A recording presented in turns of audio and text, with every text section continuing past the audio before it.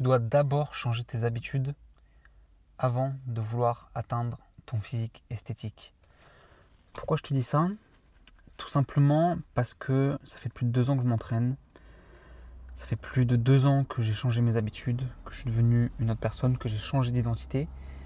Et je me suis rendu compte que c'était le meilleur moyen pour avoir un physique esthétique et le garder pour le reste de ta vie.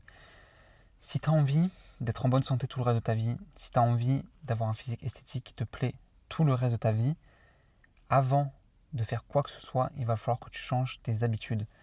Je ne sais pas si tu as vu, il y avait quelques années, il y avait le Rire Jaune qui avait fait une transformation physique. Il avait fait une vidéo par rapport à cette transformation physique pour montrer comment il avait fait. Et il montrait qu'il faisait, je crois, une séance par jour pendant 90 jours, tous les jours, avec peut-être un jour de repos. Il montrait ce qu'il mangeait, c'était vraiment très bas en calories. Donc forcément, il a perdu du poids, parce que je ne sais plus combien il a perdu entre 20 et 30 kilos. Il a perdu énormément de poids, il s'est musclé, il a fait une transformation physique de fou. Mais qu'est-ce qui s'est passé derrière? Il a tout repris. Pourquoi? Parce que ce qu'il a fait, c'était pas tenable sur le long terme en fait. C'est tout simplement pas tenable sur le long terme. Tu te vois pas faire 6 entraînements sur 7 par semaine, ne pas manger dehors. Je crois qu'il mangeait pas au restaurant ou des choses comme ça. Euh, En fait, c'est pas tenable dans la vie de tous les jours. C'est pas tenable de faire comme ça. Donc, qu'est-ce qui s'est passé derrière? Vu que c'était pas des choses qu'il avait implémentées dans sa vie au quotidien, il a tout repris. Il a repris tout le poids qu'il avait perdu, voire même peut-être maintenant qu'il fait plus que ce qu'il a fait avant. Enfin bref.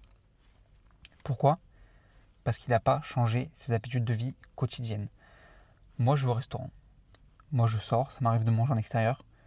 Mes coachés, ils sortent, ils mangent en extérieur et ils perdent quand même du poids. Pourquoi? Parce que tout simplement, ils sont éduqués à quoi faire.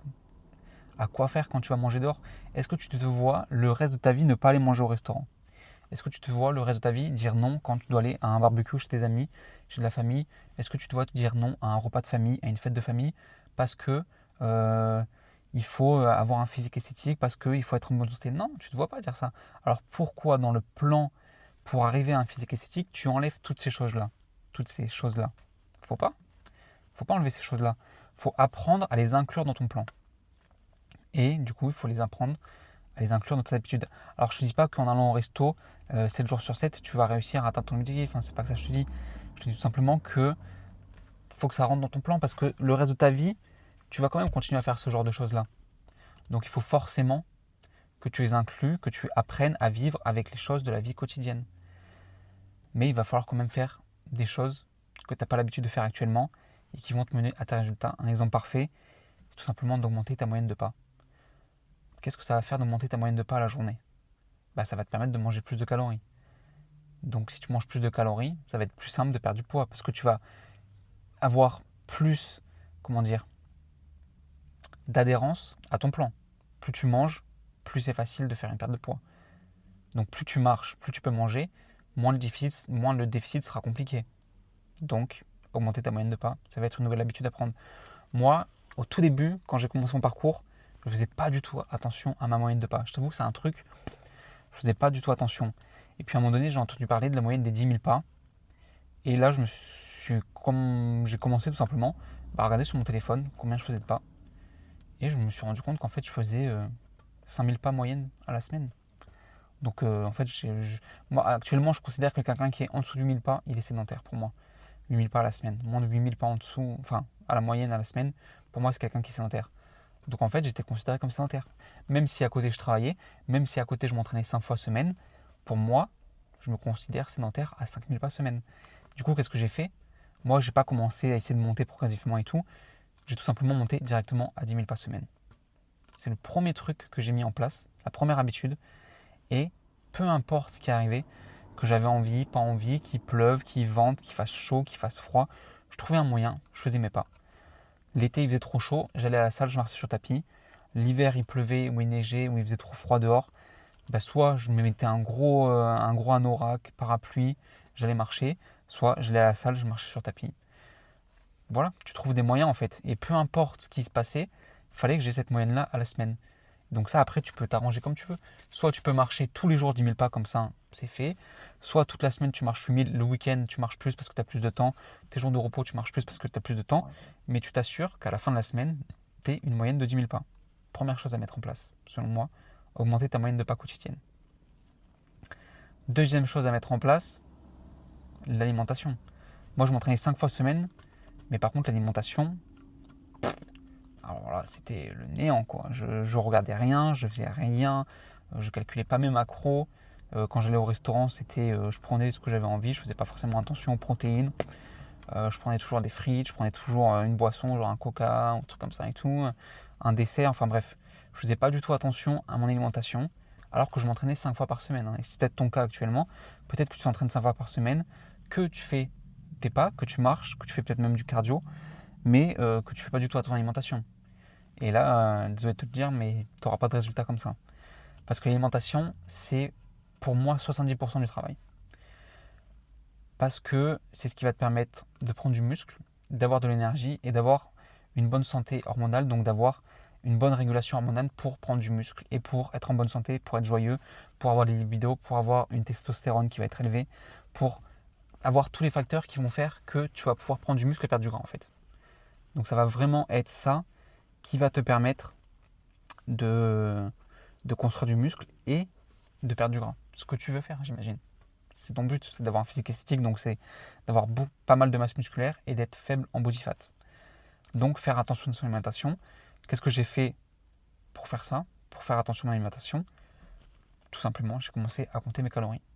J'ai téléchargé une application, j'ai acheté une balance de cuisine et je pèse ce que je mange et je le rentre dans mon application.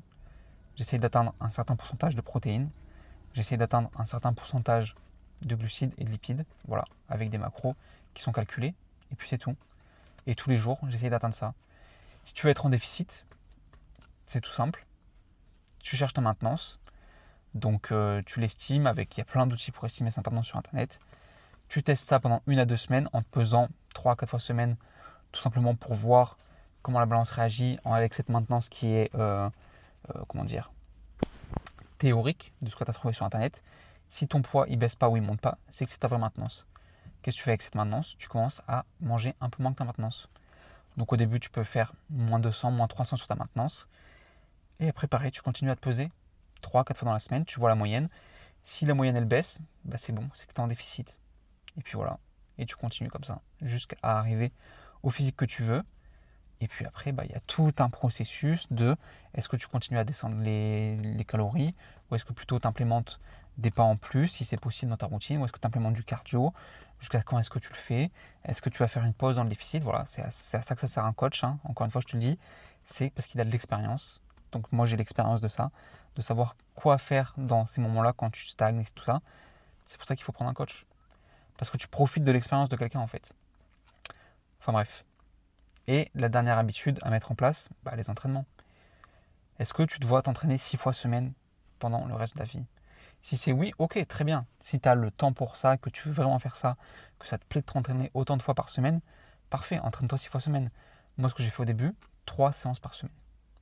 3 séances et j'ai jamais loupé une seule séance. À part quand j'étais malade ou quand j'étais en déplacement et que j'avais pas accès à une salle de sport.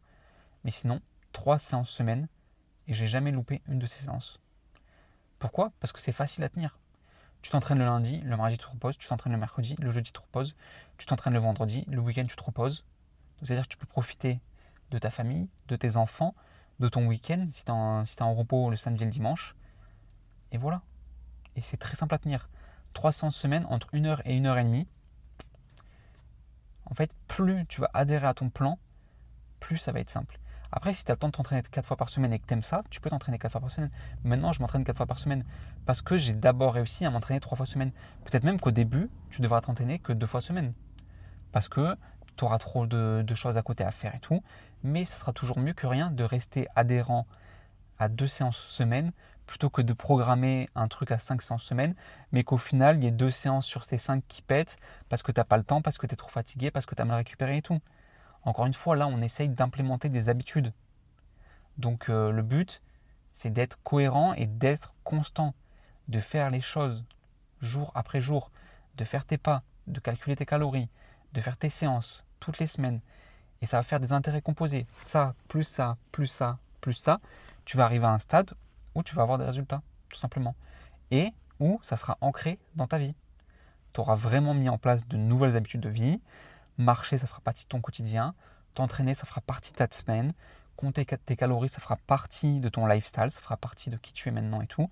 Et après, si tu as peur de compter tes calories, au fur et à mesure, en fait, tu vas devenir de plus en plus conscient de ce que tu manges et tout, et tu vas savoir comment choisir plus facilement. Mais ça, c'est quand tu es arrivé à un stade où quand même, voilà, tu as déjà un physique qui te plaît et tout. Pour moi, ne pas compter ses calories, c'est une erreur. Tout simplement parce que c'est comme si tu avais le choix en fait entre prendre le TER ou prendre le jet privé. Le jet privé, ça va être compter ses calories, donc ça va dire que tu vas vraiment aller beaucoup plus vite. Et prendre le TER, bah, c'est la partie très lente, quoi. Un TER, ça va très lent, alors qu'un jet privé, ça va très vite. Prendre le jet privé, ça va permettre d'avoir des résultats plus rapidement, d'être sûr que tu fais les choses correctement, de ne pas être dans le brouillard et vraiment d'avoir une direction et d'être sûr tous les jours de respecter ton plan, d'être sûr d'être en déficit, d'être sûr que tu vas perdre du poids, d'avoir des données. En fait, plus tu as de données, plus tu as de variables, plus tu vas pouvoir atteindre ton objectif rapidement parce que plus tu as de données, plus tu as de données, plus ça va être simple de savoir qu'est-ce qu'il faut ajuster.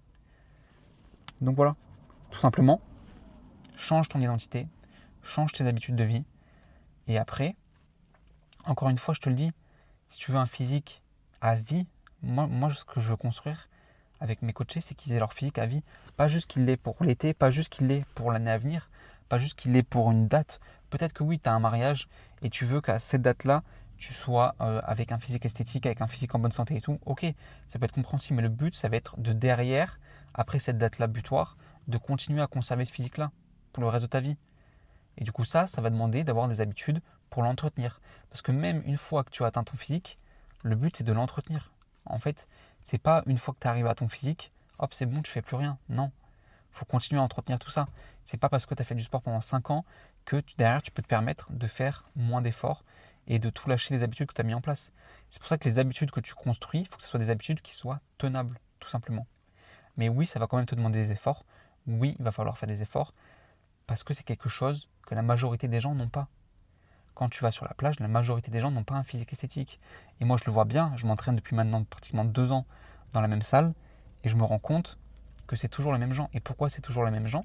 Tout simplement parce qu'ils ont construit l'habitude de s'entraîner. Et avec l'habitude qu'ils ont construit, bah, ils ont aussi construit un physique derrière. Donc ça va te demander des efforts, ça va te demander de changer tes anciennes habitudes, ça va te demander de te construire une nouvelle identité, une identité tournée autour du sport, de la santé, de faire attention à ce que tu mets dans ta bouche, de faire attention à ce que tu mets dans ton corps. Et voilà, tout simplement. Et comme ça, tu obtiendras le physique que tu veux. C'est pas plus compliqué que ça. Je vois pas quoi te dire d'autre en fait. Genre, juste voilà. Commence maintenant à changer tes habitudes. Je t'ai donné pas à pas comment faire, comment commencer. Si tu veux plus d'infos, si tu veux savoir comment je travaille avec mes coachés, tu peux m'envoyer un message sur Instagram. Je te mets mon Instagram dans la description de la vidéo. Je réponds à tout le monde en DM. Donc, tu as juste à m'envoyer un petit message en DM. Et puis voilà, tu me donnes ton objectif. Je vois si je suis la meilleure personne actuellement pour t'aider, pour l'atteindre. Mais voilà, sache que moi, ce que je propose, c'est tout simplement de changer tes habitudes. Que tu sois redevable envers quelqu'un, que tu aies des comptes à rendre toutes les semaines et que tu sois sûr d'atteindre ton objectif comme ça, tout simplement. Mais ça va te demander des efforts, ça va te demander du travail, ça va te demander de casser des anciennes croyances, ça va te demander de changer d'identité, de peut-être changer d'entourage aussi, parce que des fois, on se fait descendre par son entourage. Des fois, quand on commence à vouloir mettre de nouvelles habitudes en place dans notre vie, notre entourage, bah, il veut pas forcément. J'ai déjà fait plein de vidéos là-dessus, sur ce sujet-là, dans mes réels et tout, en story, enfin bref. Voilà. Donc si jamais ça t'intéresse, je te laisse mon Instagram en dessous dans la description, tu m'envoies un message sur Instagram. Je regarde ce que c'est ton objectif, si je suis la meilleure personne actuellement pour t'aider à atteindre cet objectif-là. Et puis voilà, n'aie pas peur de commencer, même si tu n'as pas toutes les connaissances, commence dès aujourd'hui. Et si tu es dans ce processus actuellement, je te souhaite le meilleur, je te souhaite d'atteindre tous tes objectifs, que ce soit physique, mental, professionnel, je te souhaite vraiment d'atteindre tous tes objectifs. Et puis voilà, si tu stagnes, si tu as envie d'être accompagné, encore une fois, envoie-moi un message sur Instagram, je réponds à tout le monde. Et moi, je te dis à la prochaine. Allez, ciao!